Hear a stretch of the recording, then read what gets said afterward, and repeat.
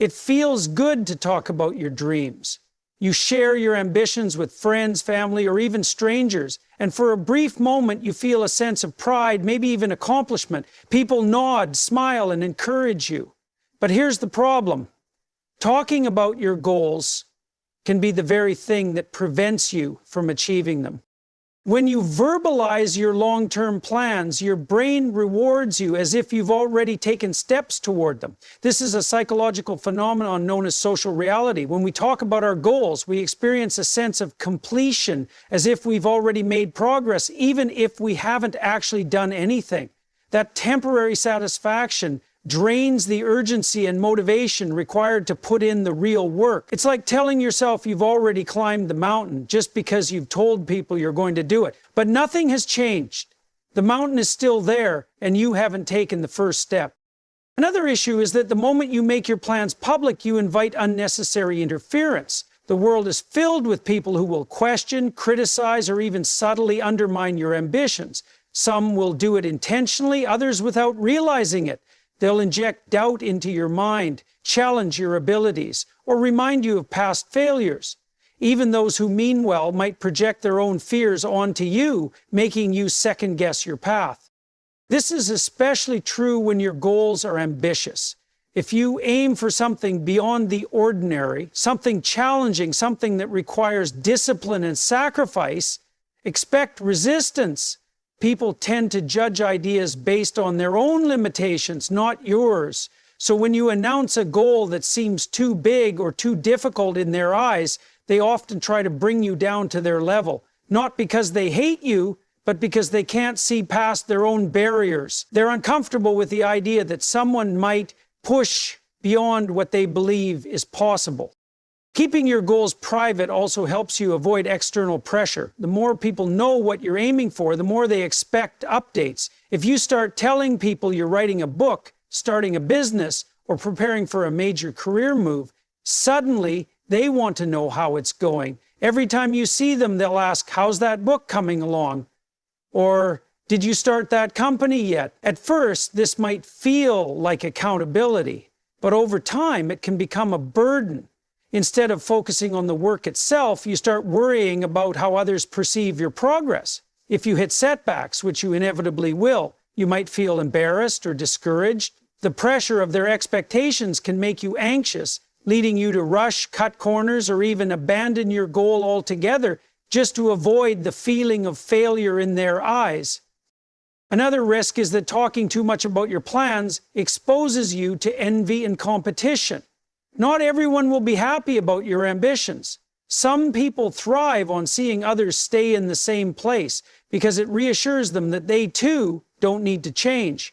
If you suddenly start talking about improving yourself, whether it's financial success, fitness, personal development, or a creative pursuit, some people will feel threatened. They might suddenly discourage you, make dismissive remarks, or even try to sabotage your progress. Others might take your ideas and act on them before you do. If you reveal a business concept or a creative project too soon, someone else might take your blueprint and run with it while you're still in the planning phase.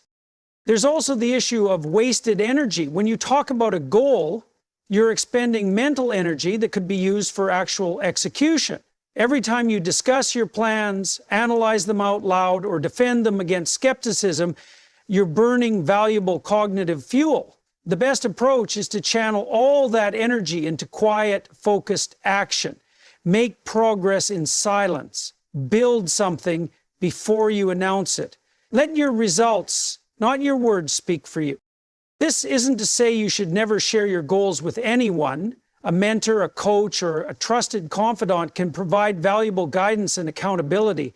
But the key is to be selective. Share with those who genuinely want to see you succeed, who have experience in the area you're pursuing, and who can offer meaningful advice. Avoid casual conversations about your deepest ambitions with people who won't contribute to your progress. In the end, the most powerful approach is to work in silence and let success make the noise. Think of the most successful people in any field. They don't waste time boasting about what they're going to do. They just do it. And by the time the world hears about it, the work is already done.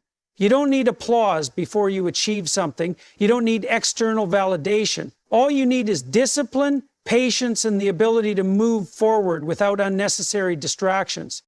So if you want real success, keep your long-term goals private. Let them grow in the dark, like seeds underground. When the time is right, your results will speak louder than any words ever could.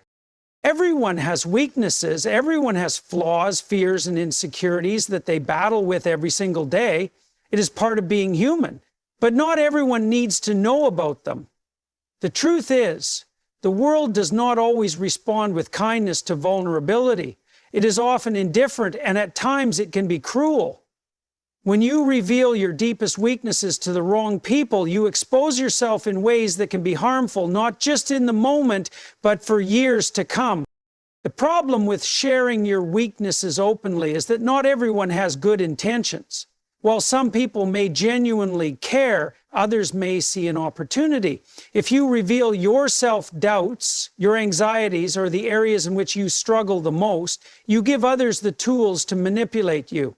There are those who will use your fears against you, whether consciously or unconsciously. A person who knows your weaknesses knows how to push your buttons, how to control you, and how to undermine you when it benefits them. Even those who do not have malicious intent may unintentionally hurt you. People love to give advice, but most of it is based on their own experiences, biases, and limitations. If you reveal that you lack confidence in a certain area, you may receive a flood of well-meaning but misguided suggestions that only make you feel worse.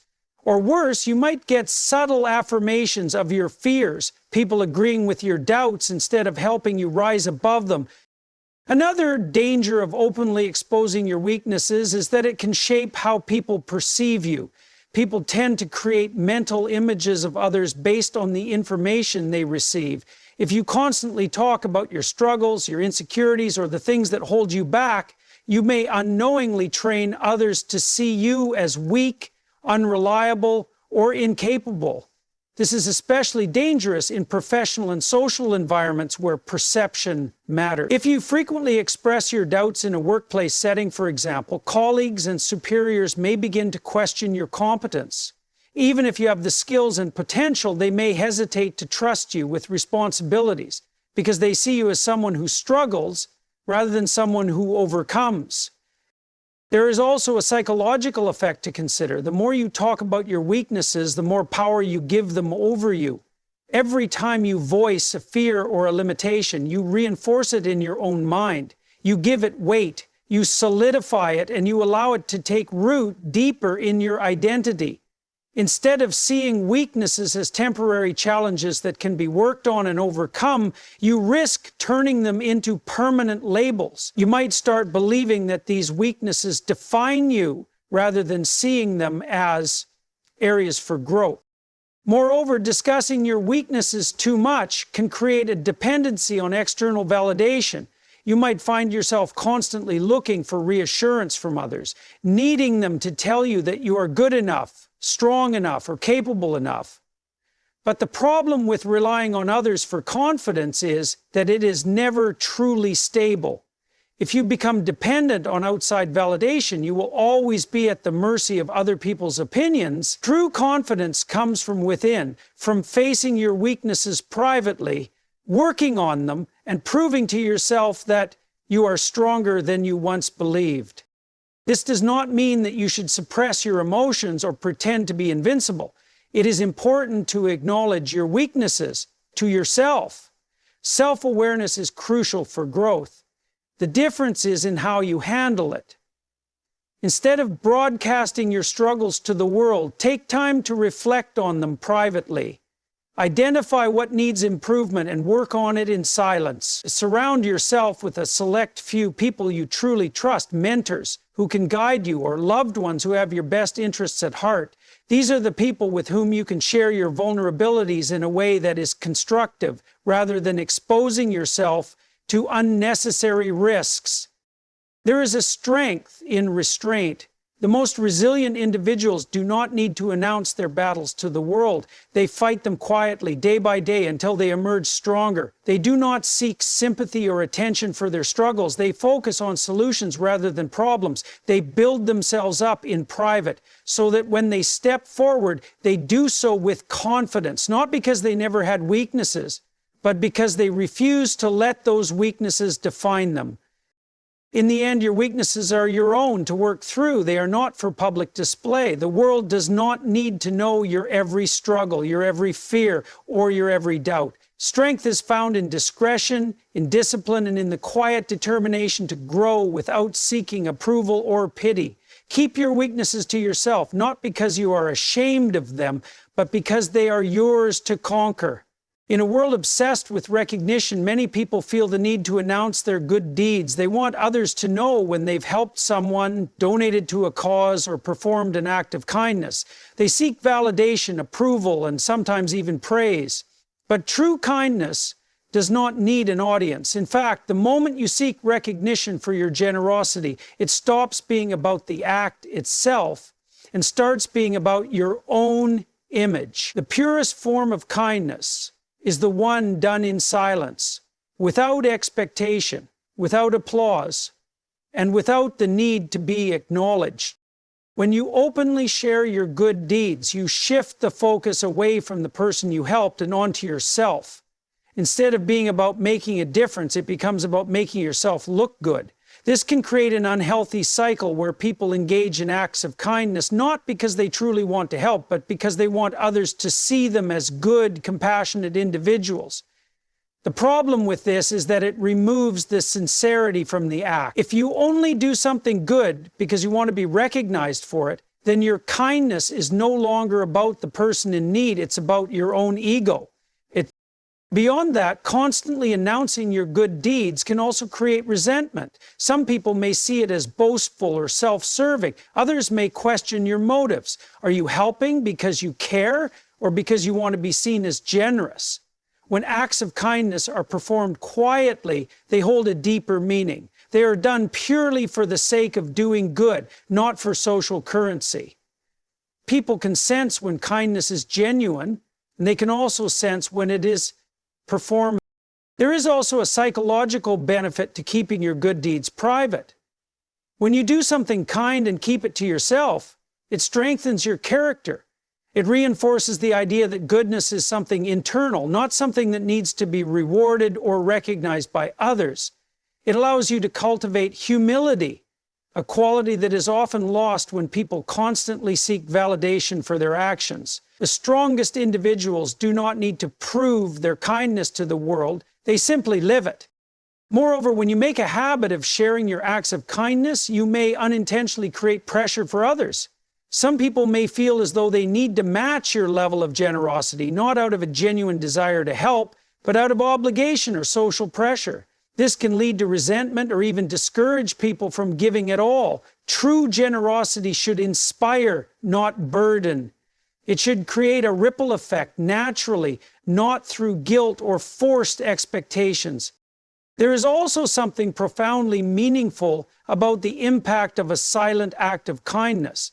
When you help someone and expect nothing in return, not even recognition, you allow that person to experience pure generosity. They are not obligated to thank you, to acknowledge you, or to repay you. They simply receive, and in that moment, they understand that goodness still exists in the world. That feeling stays with them, and often it inspires them to pass it forward. Think about the quietest acts of kindness, the ones that truly move people. The stranger who pays for someone's meal without them ever knowing. The person who donates anonymously to a struggling family. The friend who offers support without broadcasting it to the world. These are the acts that leave lasting impressions, not because they were announced, but because they were felt. On the other hand, when kindness is performed publicly, it can sometimes make the recipient uncomfortable. Some people do not want to feel like a charity case. They do not want their struggles to be put on display. By keeping your kindness private, you allow the person you are helping to maintain their dignity.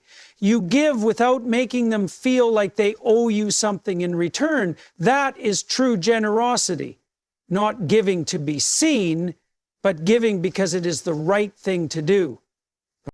This does not mean that acts of kindness should always be hidden. Sometimes sharing a good deed can inspire others to do the same.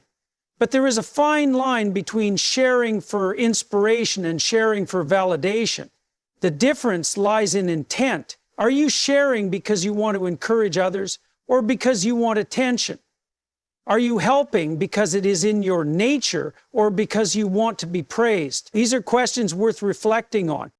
In the end, the most powerful kindness is the kind that expects nothing in return. It is given freely, without the need for recognition, without the desire for admiration. It is done because it is the right thing to do, not because it will make you look good.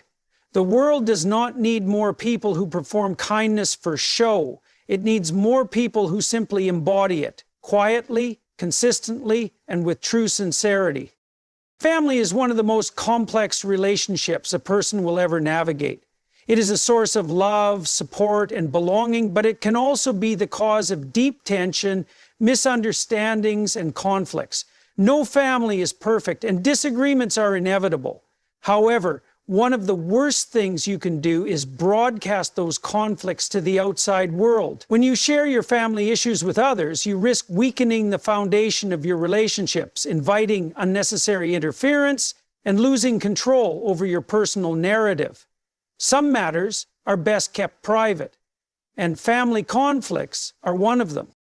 The first reason to keep family disputes private is that outsiders rarely understand the full story. Family relationships are built over years, sometimes decades, and every argument, disagreement, or betrayal has a history that only the people involved can fully comprehend. When you vent to a friend, a co-worker, or even on social media, you are presenting only one side of the story. Your side. The people listening will form opinions based on the limited information you provide, often offering advice that is shaped by their own experiences, biases, or misunderstandings of your situation. What they don't realize is that family dynamics are often more complicated than they appear on the surface. Another risk of sharing family conflicts with others is that it creates lasting judgments. While you may eventually forgive your sibling, parent, or relative for something they said or did, the people you confided in may not. If you complain to a friend about a heated argument with your brother, they may develop a negative perception of him based on that one incident. Even after you and your brother reconcile, your friend may continue to see him in a negative light, making it awkward when you all interact in the future. Over time, this can create divisions between you and those around you, making it harder to repair relationships within your family. When you expose family issues to the outside world, you also open the door for unwanted opinions and interference. Some people love drama and they thrive on gossip. If you share your family problems with the wrong person, they may spread your private issues to others, exaggerating details or distorting the truth in the process. Even well-meaning individuals may feel entitled to offer solutions or take sides, turning a private family matter into a public spectacle. The more people get involved, the harder it becomes to resolve the conflict peacefully. Furthermore, discussing family conflicts with outsiders can make the situation worse by escalating emotions rather than resolving them. When you repeatedly talk about an issue, you reinforce your own feelings of anger, resentment, or victimhood. Instead of working toward understanding and resolution, you become more entrenched in your perspective. You may even start viewing yourself as the right party and the other person as entirely at fault, making reconciliation more difficult. Holding on to anger and constantly replaying grievances only deepens the divide between you and your family members. It is also important to consider the long-term consequences of publicly airing family disputes. In today's digital age, it is all too easy to share frustrations on social media or vent in a moment of anger. However, once something is posted online or spoken in public, it cannot be taken back. A temporary conflict can turn into a permanent rift simply because the details became too widely known. Even in private conversations, words have a way of spreading, and something said in confidence can eventually find its way back to the person you were speaking about, worsening the situation. Keeping family conflicts private does not mean suppressing your emotions or avoiding difficult conversations. It means handling them in a way that prioritizes resolution rather than destruction. When problems arise, the best course of action is to address them directly with the people involved. If the issue is serious and cannot be resolved internally, seeking guidance from a trusted mentor, therapist, or counselor is far more productive than sharing details with people who have no real stake in the outcome. There is also a matter of respect. Regardless of how angry or hurt you may feel in the moment, your family members are still your family. By keeping disputes private, you show that you value the relationship enough to protect it from unnecessary damage. This does not mean tolerating toxic behavior or enduring mistreatment. It means handling conflicts in a way that allows for healing rather than creating further division. In the end, every family experiences conflict, but how you handle it determines whether those conflicts lead to growth or destruction. Choosing discretion over public exposure is a sign of emotional intelligence and maturity. Problems are best solved within the walls of the home, with open communication, patience, and a willingness to listen. Not every argument needs to be shared, and not every disagreement requires an audience. Some matters should be handled in private, with the understanding that family, despite its flaws, is worth preserving. Money is one of the most sensitive topics in human relationships. It affects nearly every aspect of life: your lifestyle, choices, opportunities, and even the way people perceive you. Yet, despite its importance, your financial situation is something you should rarely, if ever, reveal to others. Whether you are struggling with money or experiencing financial success, openly discussing your financial situation can create unnecessary problems, invite unwanted opinions, and even put you at risk in ways you may not initially realize. One of the biggest reasons to keep your financial situation private is that people will treat you differently based on what they know. If others believe you are struggling financially, they may start seeing you as less competent, less ambitious, or even less worthy of respect. Some people may pity you, while others may distance themselves, fearing that you might ask for financial help. Even if you never intend to seek assistance, the mere perception that you are in a difficult financial position can change the way people interact with you. You might find yourself excluded from certain social gatherings, overlooked for opportunities, or treated as if you are incapable of handling responsibility. On the other hand, if people know you are financially successful, a different set of problems emerges. Suddenly, you might attract those who see you as a source of money rather than as a person. Friends or relatives may come forward with requests for loans, investments, or financial favors. Even if you have worked hard to earn what you have, some people will assume that you owe them something simply because you are in a better position than they are. Saying no can strain relationships, leading to resentment and misunderstandings. Worse, some individuals may even try to manipulate you, making you feel guilty for not sharing your wealth. Another risk of exposing your financial situation is that it invites judgment and unsolicited advice. No matter where you stand financially, people will have opinions about how you should manage your money. If you are struggling, they will tell you what you are doing wrong, often without understanding your full situation. They might criticize your spending habits, your career choices, or even your lifestyle decisions, assuming they know what is best for you. If you are successful, they will offer investment advice, business ideas, or financial strategies, even if they themselves are not financially secure. The problem is that most people's financial advice is based on their own experiences, beliefs, and sometimes even misinformation. Taking financial advice from the wrong people can be dangerous, leading you to make poor decisions that harm you in the long run. There is also a security aspect to consider. If too many people know about your financial situation, you might become a target for exploitation, theft, or fraud. In today's world where identity theft and financial scams are common, revealing too much about your income, assets, or financial struggles can make you vulnerable. The less people know, the less they can use against you. Even well-meaning people can unintentionally put you at risk by sharing information about your finances with others. It is always better to keep this aspect of your life guarded. Another important reason to keep your finances private is that money can create unnecessary competition and resentment. People compare themselves to others, often measuring success based on financial status. If your peers know your financial standing, it may lead to feelings of jealousy or inferiority, even if you never intended to make anyone feel that way. Money has a way of changing relationships, sometimes in subtle ways. A close friend may start feeling inadequate because they earn less than you, or a colleague may feel superior because they believe they are more financially successful. Keeping your financial situation private helps prevent these unnecessary comparisons and allows relationships to be based on genuine connection rather than material wealth. This does not mean you should never discuss money at all. There are certain people with whom financial discussions are necessary: your spouse, financial advisor, or a trusted mentor.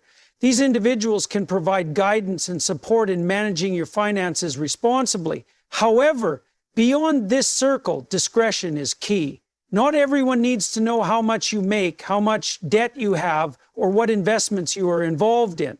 The less information you share, the more control you have over your financial decisions and the way people perceive you. Instead of discussing your financial situation openly, focus on managing your money wisely and making decisions that align with your goals. If you are struggling, work quietly toward improving your situation without broadcasting your difficulties. If you are successful, remain humble and avoid flaunting your wealth. The best financial security comes not just from how much you have, but from how well you protect and manage it. In the end, money is a personal matter, and it should remain that way. Your financial situation is not a measure of your worth, and it is not something that needs to be constantly shared or explained to others. Keeping it private allows you to maintain control over your life, avoid unnecessary complications, and build financial security on your own terms. There is a certain power in silence, a strength in keeping certain aspects of your life private. In today's world, where people feel the constant need to share their thoughts, experiences, and personal struggles with others, whether in person or on social media, privacy has become undervalued. But there is wisdom in restraint. Not everything needs to be spoken, shared, or explained. Some things are best kept to yourself, not out of secrecy, but out of self-respect, self-preservation, and a desire for long-term success. One of the most important reasons to keep things to yourself is that not everyone has your best interests at heart. While some people may be supportive and trustworthy, others may not be as well-intentioned as they appear. When you share your goals, struggles, and personal details with too many people, you give them insight into your life that they may not deserve. Some may secretly hope for your failure. Others may use your vulnerabilities against you, and some may simply gossip about your business without realizing the impact their words can have. Sharing too much also invites unnecessary opinions and judgments. When you reveal your plans, aspirations, or personal struggles, people will inevitably have something to say about them. Even if you are confident in your decisions, constant input from others can create doubt, confusion, and second-guessing. You might find yourself questioning your own choices simply because too many voices are in your head. The truth is, most people offer advice based on their own experiences, fears, and limitations, not necessarily on what is best for you. Keeping your plans and struggles to yourself allows you to move forward with clarity and confidence without being influenced by the biases of others. Another reason to practice discretion is that premature sharing can weaken your resolve. When you talk too much about what you plan to do before you actually do it, you create a false sense of accomplishment. You feel as though you have already made progress simply by talking about it, which can reduce the actual motivation to take action. Many people announce their ambitions with excitement, only to lose momentum because they have already received the validation they were looking for. Real success comes from quiet effort, discipline, and consistency, not from public declarations. Privacy also protects your emotional well-being.